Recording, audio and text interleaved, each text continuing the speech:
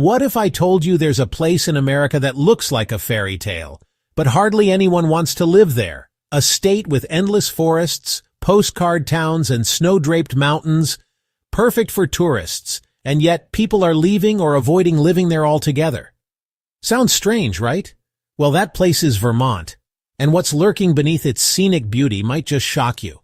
From bitter winters to ghost town-level population numbers, we're diving into the 10 reasons nobody lives in Vermont.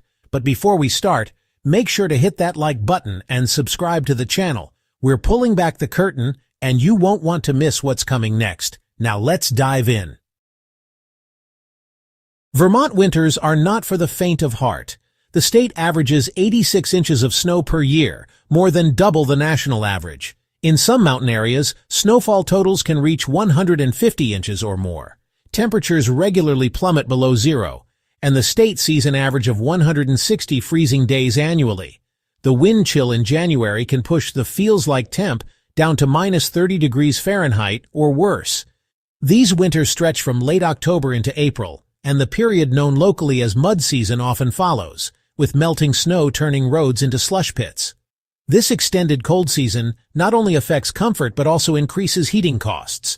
Vermont ranks among the top 10 states for highest residential energy bills, driven by a reliance on fuel oil and propane. For many, the harsh weather is more than a seasonal inconvenience. It's a full-blown lifestyle challenge that deters year-round living. While Vermont's scenery may be postcard perfect, the job market is anything but. The state ranks 47th in GDP among U.S. states, with a heavy reliance on tourism, small-scale agriculture, and government jobs. There's no major urban hub, no Fortune 500 headquarters, and a very limited tech presence. As of 2023, Vermont had an unemployment rate slightly below the national average, but that masks a deeper issue: underemployment and job mismatch. Many college graduates leave because there just aren't enough high-paying, specialized roles. In fact, Vermont has one of the highest out-migration rates for young professionals.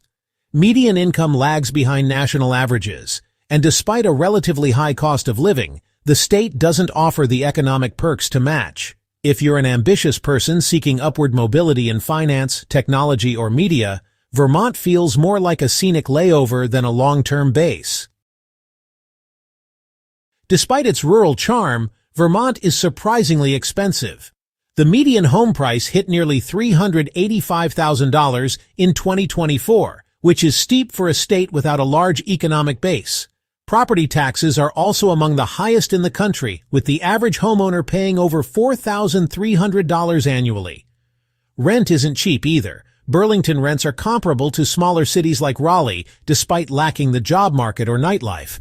Groceries and utilities are significantly above the national average, and healthcare costs are notoriously high.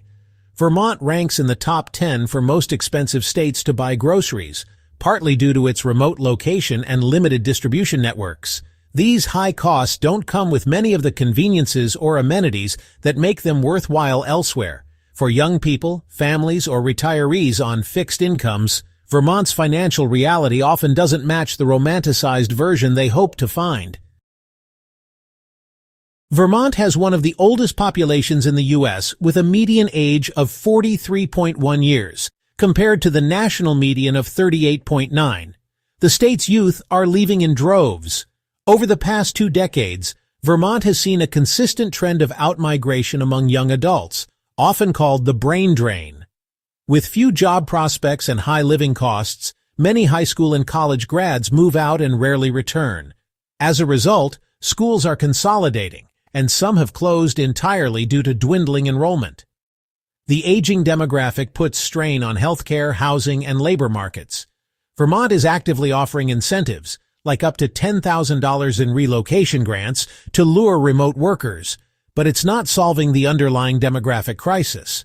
A state filled with retirees and few children lacks vibrancy and future workforce sustainability, making it less appealing to families and young professionals looking to plant long-term roots. Okay, pause for a second. I want to hear from you. Are you surprised by any of these reasons so far? Do you agree with the list, or do you think Vermont's getting a bad rap? Drop your thoughts in the comments, especially if you're from Vermont or have ever considered moving there. I read every comment and love hearing your takes. And while you're at it, hit that like button and subscribe if you haven't already. It helps the channel more than you know, and lets me keep making content on these strange and fascinating corners of the world. Also, what state should I cover next? Let me know. Vermont is one of the least racially and ethnically diverse states in America. As of the 2020 census, over 92% of the population identifies as white, compared to a national average closer to 59%. While this isn't inherently negative, it contributes to a sense of cultural insularity. There's limited exposure to different perspectives, cuisines, traditions, and languages. Cities like Burlington are trying to build more inclusive communities, but overall, Vermont still feels very homogeneous. This can be alienating for people of color, immigrants, or anyone seeking a more multicultural environment. Moreover, social and political discourse often leans one way. Vermont is famously progressive, which can be refreshing for some but stifling for others who crave more ideological diversity. There's a palpable sense of small-town echo chamber across much of the state, which makes it hard for newcomers to feel fully integrated or understood.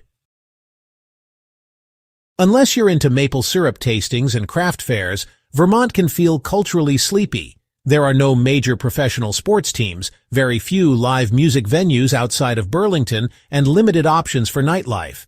Bars and restaurants often close early, many by 9 p.m. even on weekends.